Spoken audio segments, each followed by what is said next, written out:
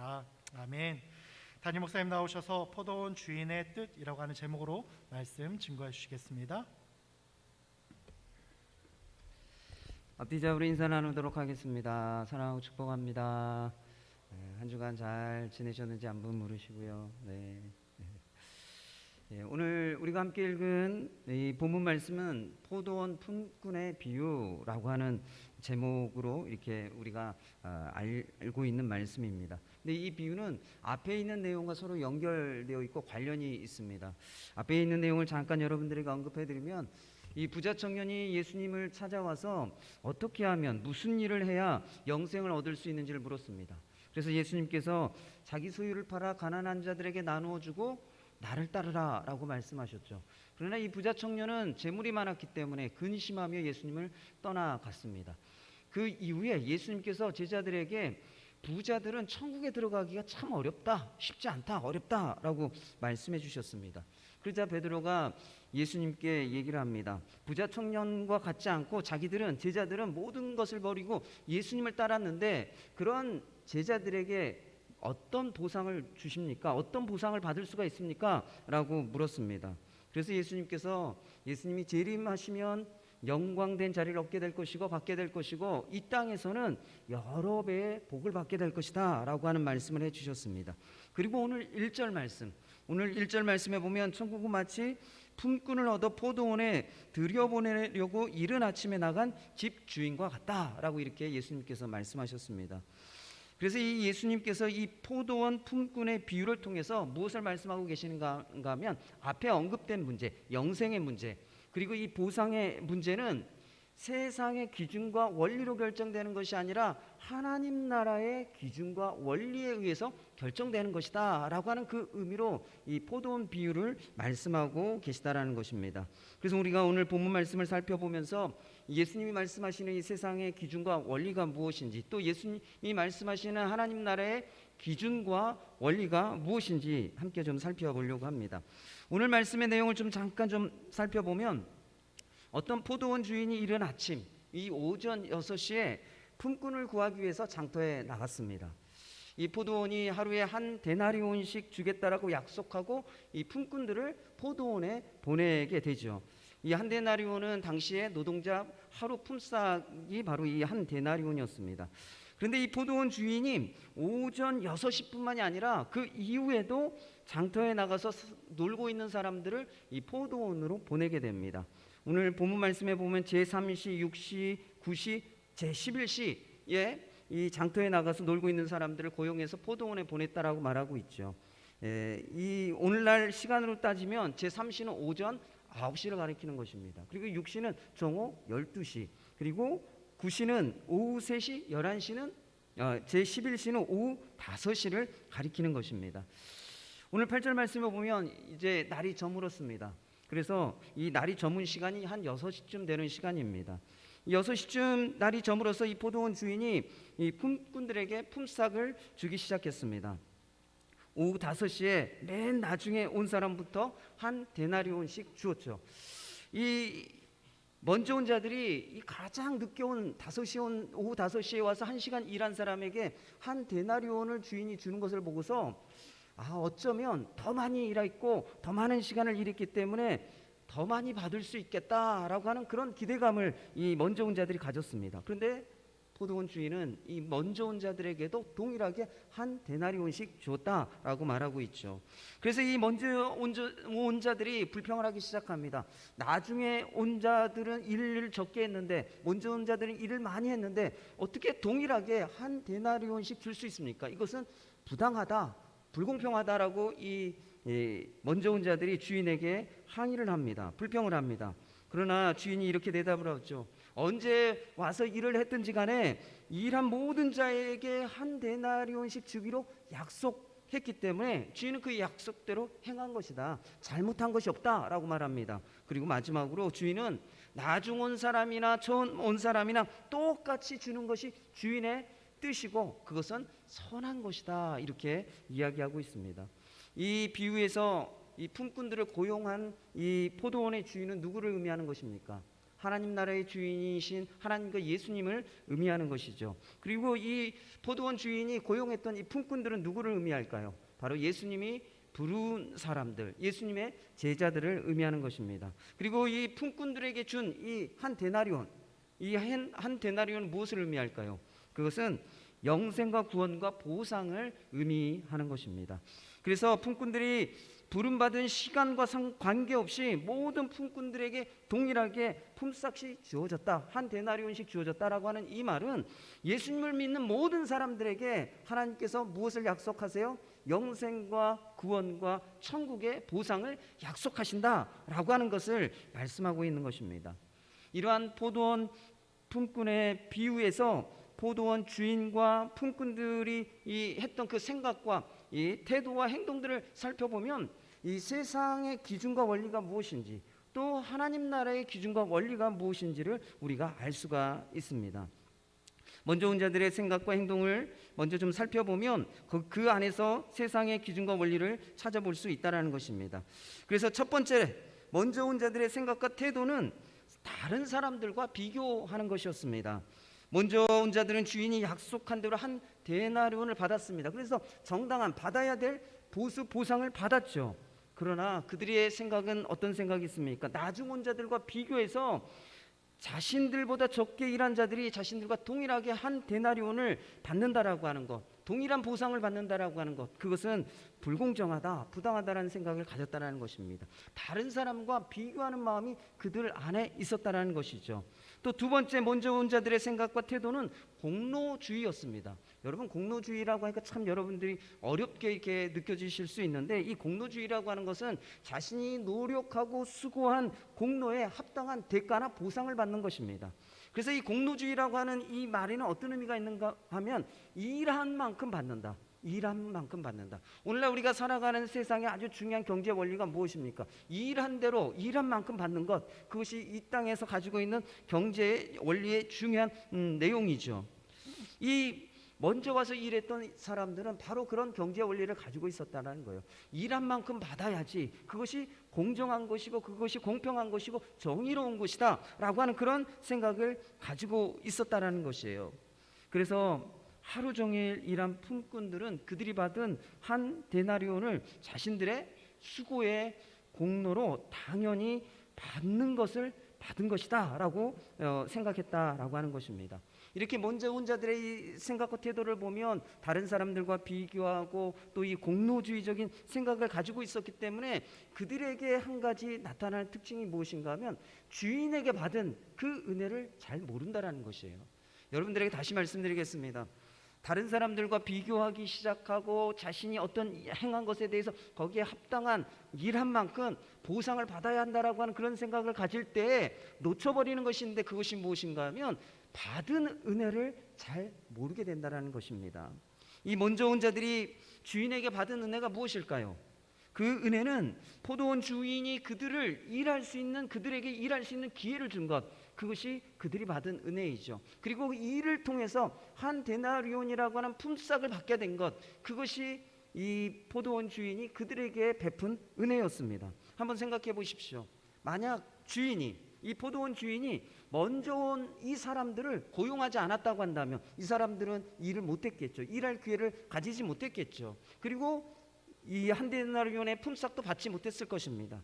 그렇기 때문에 이 먼저 온 이 품꾼들, 먼저 온 자들이 일할 기회를 가졌다, 그리고 그것으로 인해 한 데나리온의 품삯을 받았다라고 하는 것은 주인의 은혜였다라는 것입니다. 그런데 이 먼저 온 자들은 그것을 주인의 은혜라고 생각한 것이 아니라 내가 수고하고 내가 행한 그 공로에 대한 합당한 또 정당한 당연한 대가로 그가 받은 것이다 라고 하는 그런 생각을 가졌다라는 것이죠. 사랑하는 성도 여러분, 이 먼저 온 자들의 이 생각과 태도를 보면 이 비교의식과 공로의식을 가질 때, 공로적인 생각을 가질 때 자신이 받은 그 은혜를 당연한 것으로 생각하고 은혜로 여기지 않는 그런 모습을 가지게 된다는 것입니다. 이것이 바로 서로 비교하여 판단하고 공로로 판단하는 세상의 기준과 원리로 사는 모습이라는 것입니다. 여러분, 그렇다면 하나님은 어떤 기준과 원리로 판단하고 평가하실까요? 누가복음 21장 1절과 4절 말씀을 보면 예수님이 헌금함에 부자들이 헌금하는 것과 가난한 과부가 두 렙돈을 헌금함에 넣는 것을 보셨습니다. 여러분, 이 렙돈이라고 하는 것은 유대인들이 당시에 사용하던 화폐의 가장 최소 단위입니다. 그래서 이 한 렙돈이 오늘날로 계산하면요, 환산하면 어느 정도 되는 돈인가 하면 1,000원도 안 되는 돈입니다. 한 렙돈이라고 하는 돈이요. 그래서 이 그때 당시에 성전 규정에는 어떤 규정이 있었는가 하면 한 렙돈은 헌금으로 내지 말아라 라고 하는 그런 규정이 있을 정도였어요. 그 얘기는 무슨 얘기입니까? 이 렙돈이라고 하는 돈이 하도 가치가 없고 보잘것없는 금액이기 때문에 그런 정도의 금액은 성전에서 헌금하지 말아라고 하는 그런 규정이 있을 정도로 이 렙돈이라고 하는 금액은 굉장히 작은 금액이었다는 겁니다. 그래서 이 가난한 과부가 두 렙돈을 헌금했다라고 말하고 있지 않습니까? 그렇다면 헌금할 수 있는 가장 최소의 가장 적은 금액을 가난한 이 과부가 헌금을 드렸다라고 하는 것을 말하고 있습니다. 그런데 예수님께서는 무엇이라고 말씀하세요? 이 가난한 과부가 다른 모든 사람보다 많이 헌금했다라고 말씀하셨습니다. 왜냐하면 부자들은 풍족한 중에 헌금했지만 이 가난한 여인은 가난한 중에 없는 중에 생활비 전부를 헌금한 것이기 때문에 그 가난한 과부가 드린 그 헌금이 그곳에 있는 어떤 사람보다도 가장 많이 하나님 앞에 드린 것이다라고 예수님께서 말씀하셨다는 것입니다. 여러분, 이 가난한 여인에게 이 두 렙돈은 자기 생활비의 전부입니다. 자신의 필요를 채울 수 있는 그 마지막 그가 가지고 있었던 재물인데 그것을 하나님께 드렸던 것이죠. 그에게는 그것이 하나님께 생명을 드리는 것과 같은 그런 헌금이었을 것입니다. 그래서 이 과부가 드린 이 헌금은 양적인 면에서 보면 부자가 드린 헌금과는 비교도 할 수 없는 아주 적은 금액입니다. 그러나 가치 면에서 보면 어떻습니까? 부자가 드린 헌금보다 더 귀한 가치가 있는 헌금이죠. 예수님은 헌금의 양보다 헌금을 드린 가난한 과부의 마음을 보시고 다른 모든 사람보다 많이 헌금했다라고 말씀하셨습니다.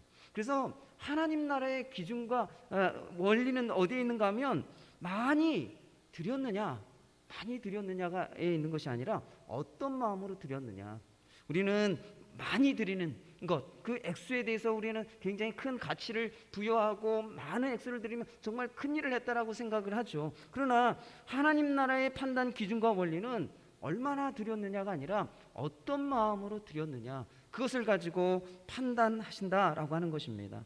사랑하는 성도 여러분, 하나님 나라의 기준과 원리는 하나님이 그 사람의 마음을 보시고 판단하신다라고 하는 것입니다.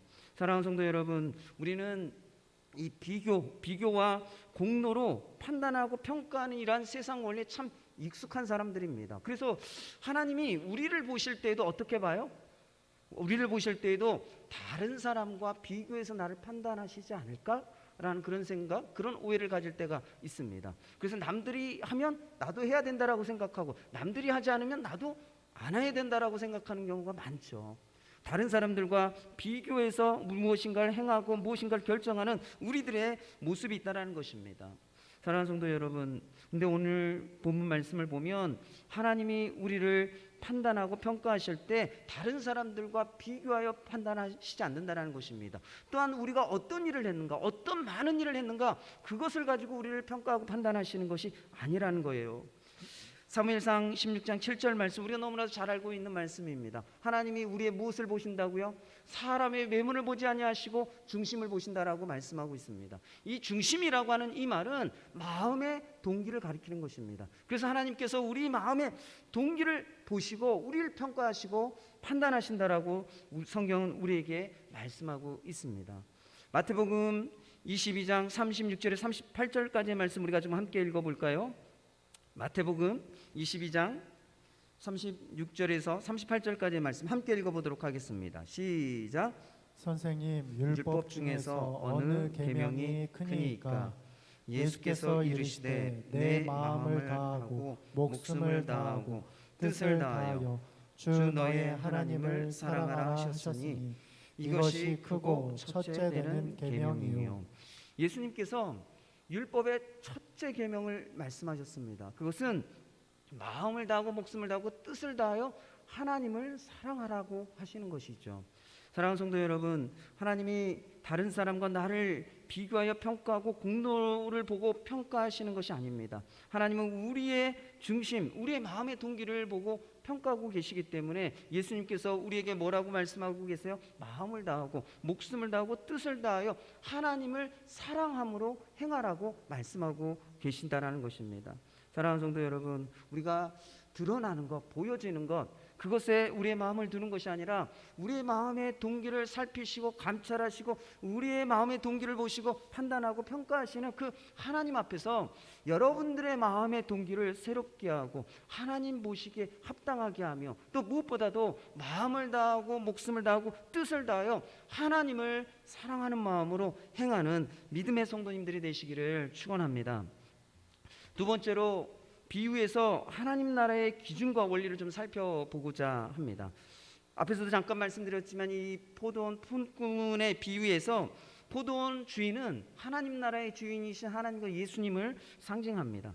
그래서 이 포도원 주인의 말과 행동, 태도를 살펴보면 하나님 나라의 기준과 원리가 무엇인지를 우리가 알 수가 있다는 것입니다. 그 첫 번째 하나님 나라의 기준과 원리는 사람을 얻는 데 목적이 있다라고 하는 것입니다. 사람을 얻는 데 목적을 두고 있는 것이 하나님 나라의 기준과 원리라는 것이에요.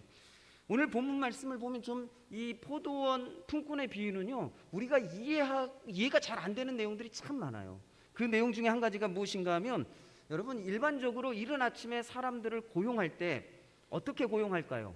그날 일의 분량을 보고 그것에 맞춰서 사람을 몇 명을 고용할지를 결정하고 고용을 하죠. 그런데 오늘 본문 말씀을 보면 이 포도원 주인이 아침 6시 이른 아침 시간에 나가서 이 장터에서 사람들을 고용해요. 그런데 한 번 고용하는 것이 아니라 몇 번 고용해요? 4번을 더 계속 고용하고 있는 것을 볼 수가 있습니다. 오전 9시, 12시, 오후 3시 그리고 오후 5시에 장터에 나가서 놀고 있는 사람들을 불러다가 품꾼으로 고용하고 있죠.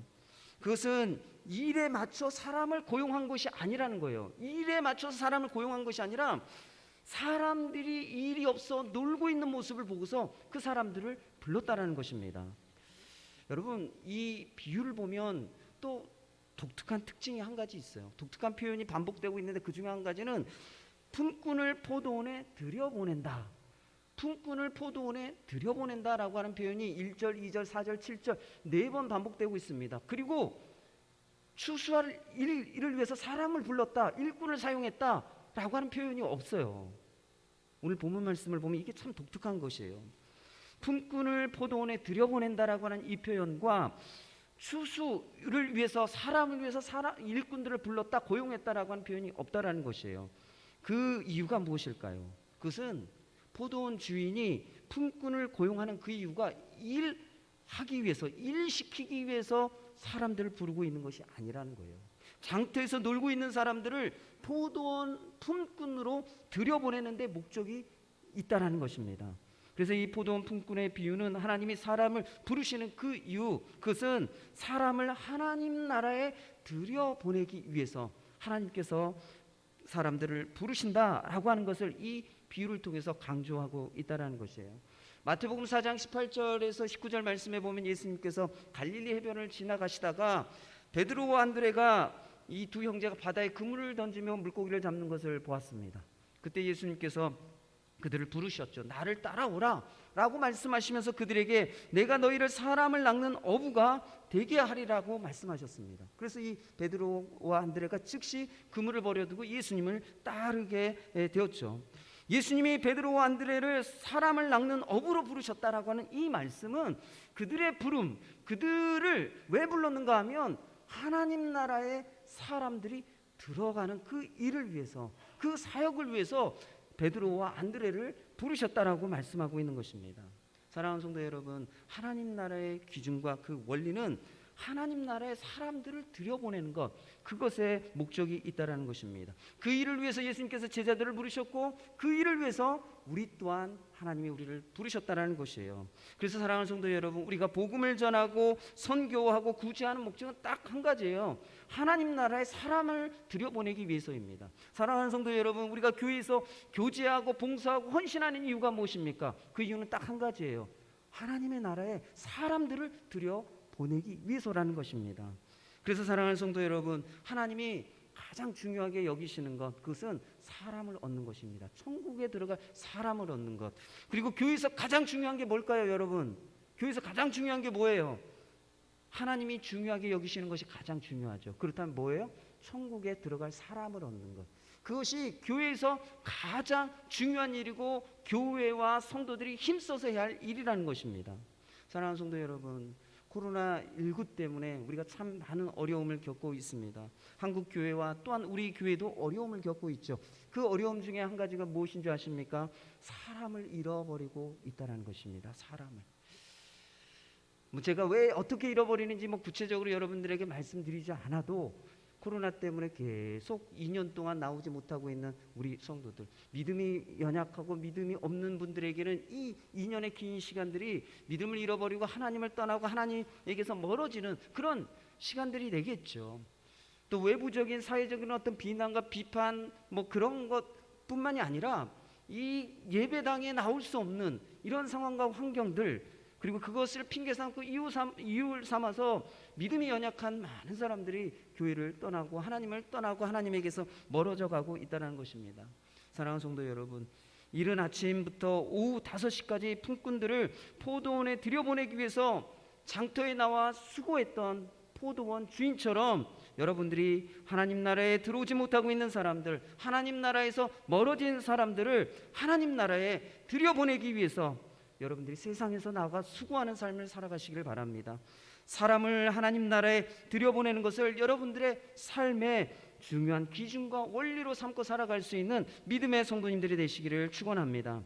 두 번째 하나님 나라의 기준과 원리는 관대함의 원리입니다. 이 주인은 아침 6시에 온 자와 오후 5시에 온 자, 이 모든 일꾼들을 어떻습니까? 동일하게 한 데나리온씩 품삯을 주었습니다. 이 비유에서 주인의 행위는 일한 만큼 품삯을 받는 것이 공정하다라고 하는 이 세상 경제의 원리와 상식에서 벗어난 것이죠. 그러나 이 주인의 행위를 부당하다, 잘못됐다라고 말할 수가 없습니다. 이러한 주인의 행위는 세상의 공정함의 원리를 넘어서서 무엇을 추구하는 거예요? 관대함의 원리를 추구하고 있는 것이죠. 여러분, 공정, 상식과 공정이 통하는 세상, 어디서 많이 들어보지 않으셨어요? 공정과 상식이 통하는 세상을 만들겠다라고 하는 대선 후보가 있습니다. 하나님의 나라는요, 공정에 있지 않아요. 공정하지 않아요. 관대함에 있어요. 관대함. 받은 만큼, 일한 만큼, 그것이 아니라 그것을 넘어서서 훨씬 넘치게 채우시고 부어주시는 관대함의 원리가 하나님 나라의 기준이고 원리라는 것이에요. 포도원 주인이 이른 아침 오전 6시에 장터에서 품꾼을 고용한 이후에도 계속 장터에 나가서 사람들을 고용하죠. 6절 말씀에 보면 오후 5시, 6시면 일이 끝나요. 6시면 일이 끝나는데 이 일이 끝나기 1시간 전인 오후 5시에 장터에 나가서 사람들을 봅니다. 서 있는 사람들을 봤습니다. 그리고 그들에게 물었습니다. 주인이, 너희는 어찌하여 종일토록 놀고 여기에 있느냐? 그랬더니 그 사람들이 이렇게 대답을 해요. 우리를 품꾼으로 쓰는 이가 없기 때문입니다 라고 이렇게 대답을 했습니다. 오후 5시까지 종토록 놀고 있었던 이 사람들은 게을러서 놀고 있었던 사람들이 아니라는 거예요. 자기를 품꾼으로 써주는 사람이 없기 때문에 어쩔 수 없이 장터에서 아침 6시부터 오후 5시까지 기다리고 있는 사람이, 일을 기다리고 있는 사람이, 누군가 나를 고용해서 나를 써주기를 기다리고 있었던 사람들이 바로 이 5시까지 마지막까지 남아 있었던 사람들이라는 것입니다. 왜 5시까지 남아 있었을까요? 왜 5시까지 남아 있었을까요, 여러분? 그 이유는요, 이 일에서 한 푼이라도 벌어야 가족을 부양하기 때문에 그래요. 그날 일용직에 있는 사람들 한번 생각해 보십시오. 그날 일당 벌지 않으면 그만큼 가족들을 부양하고 이렇게 돌보고 챙기는데 그만큼 어려움을 겪겠죠. 그렇기 때문에 일에서 한 푼이라도 벌어야 하기 때문에 그 자리, 용역 그 자리, 장터를 떠나지 못하는 것이에요. 오후 5시까지, 어쩌면 이 오후 5시에도 누군가 와서 나를 데리고 와서 쓰면 1시간이라도 일하고 그 몇 푼 받은 거 가지고 우리 가족들 먹여 살려야지, 이런 절박한 마음이 있기 때문에 그 자리를 떠나지 못하고 오후 5시까지 그 자리에 머물러 있었던 것이죠. 포도원 주인은 그런 사람들의 절박한 마음을 아는 거예요. 그러니까 오후 5시, 일할 시간이 1시간밖에 남지 않았음에도 불구하고 오후 5시에 가서 사람들을 불러 고용해서 써요. 그리고 돈을 어떻게 줘요? 아침 6시에 와서 일한 사람들과 똑같이 한 데나리온을 주었다는 것입니다. 이 5시에 와서 일한 그 품꾼의 삶의 그 필요를 포도원 주인이 외면하지 않고 그 필요를 채웠다는 거예요. 사랑하는 성도 여러분, 하나님 나라의 기준과 원리는요, 간대함의 원리입니다.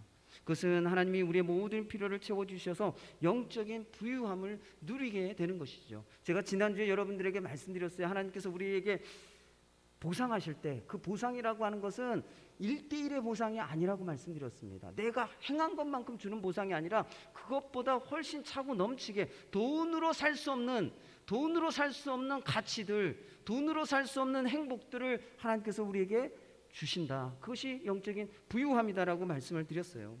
사랑하는 성도 여러분, 그런 영적인 부유함을 누구에게 주셔요? 예수 그리스도를 믿고 영접하여 하나님의 자녀와 하나님의 백성이 된 자들에게 그런 영적인 부유함, 관대함으로 하나님이 역사하시고 일하신다라고 말씀하고 있습니다. 우리가 잘 알고 있는 마태복음 6장 31절에서 33절 말씀 함께 좀 읽어보도록 하겠습니다.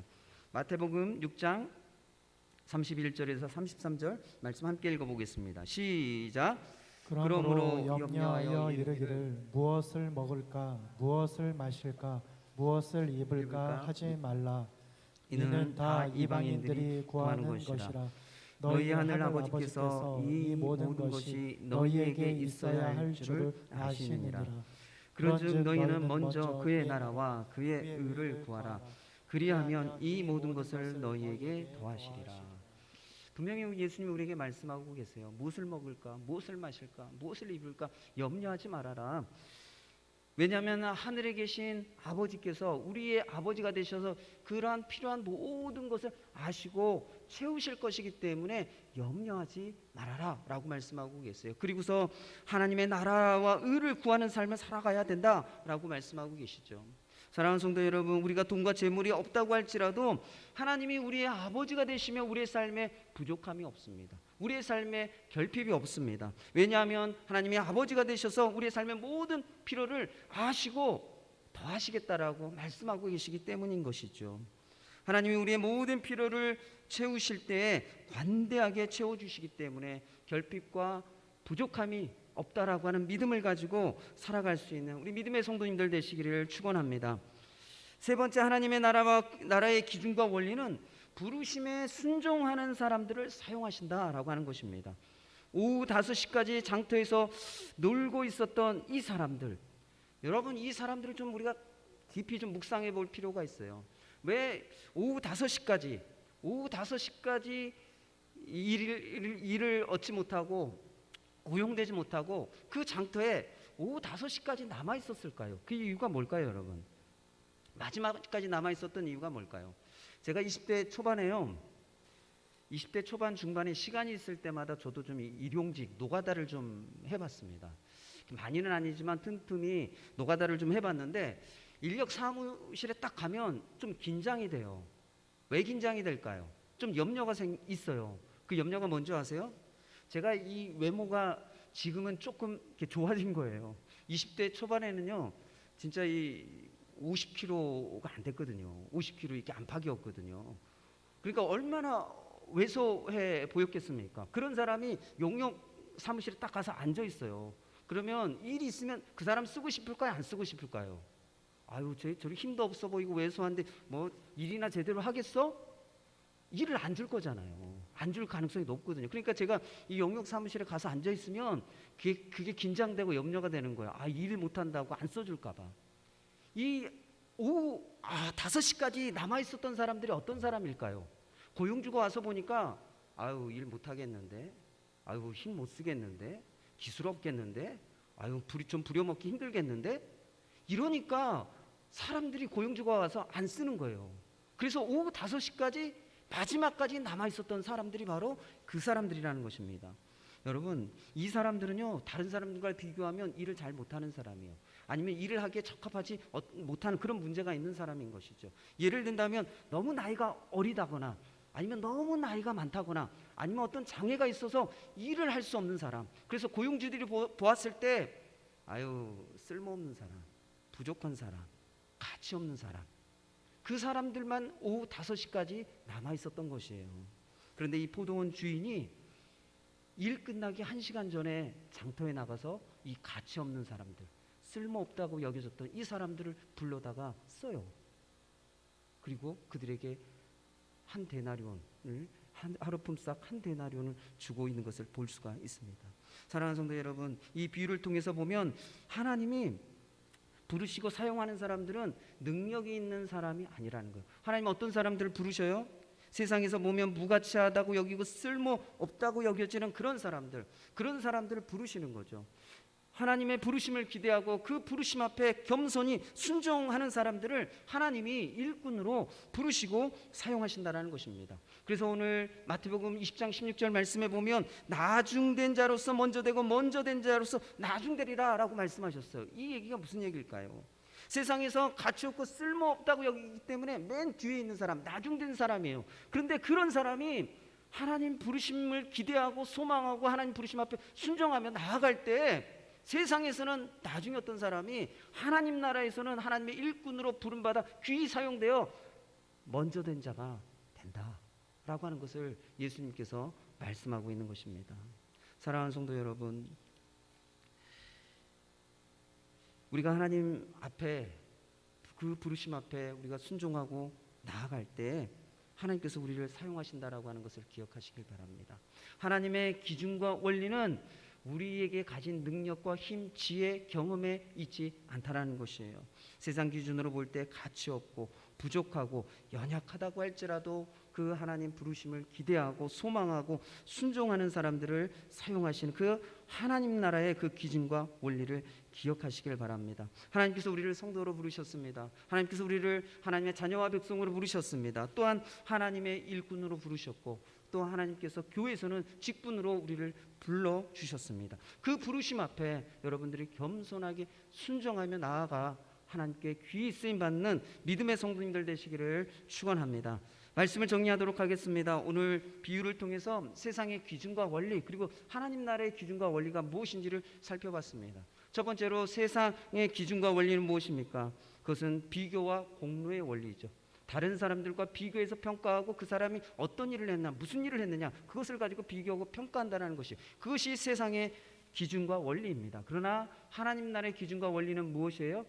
우리 마음의 동기를 보고 하나님이 평가하는 것이 하나님 나라의 기준과 원리라는 것입니다. 또 이 포도원 비유를 통해서, 포도원 품꾼의 비유를 통해서 하나님 나라의 기준과 원리를 보면 세 가지를 살펴봤죠. 첫 번째로는 하나님 나라의 기준과 원리는 사람을 얻는 데 목적이 있다는 것입니다. 사람을 얻는 것. 우리가 교회에서 하는 모든 것은요 단 하나예요. 천국에 들어갈 사람을 얻는 것이에요. 그것을 위해서 하는 거예요. 그것이 빠져버리면 그것은 세상 일과 똑같아요. 세상 일과 별 차이가 없는 일이 된다는 거예요.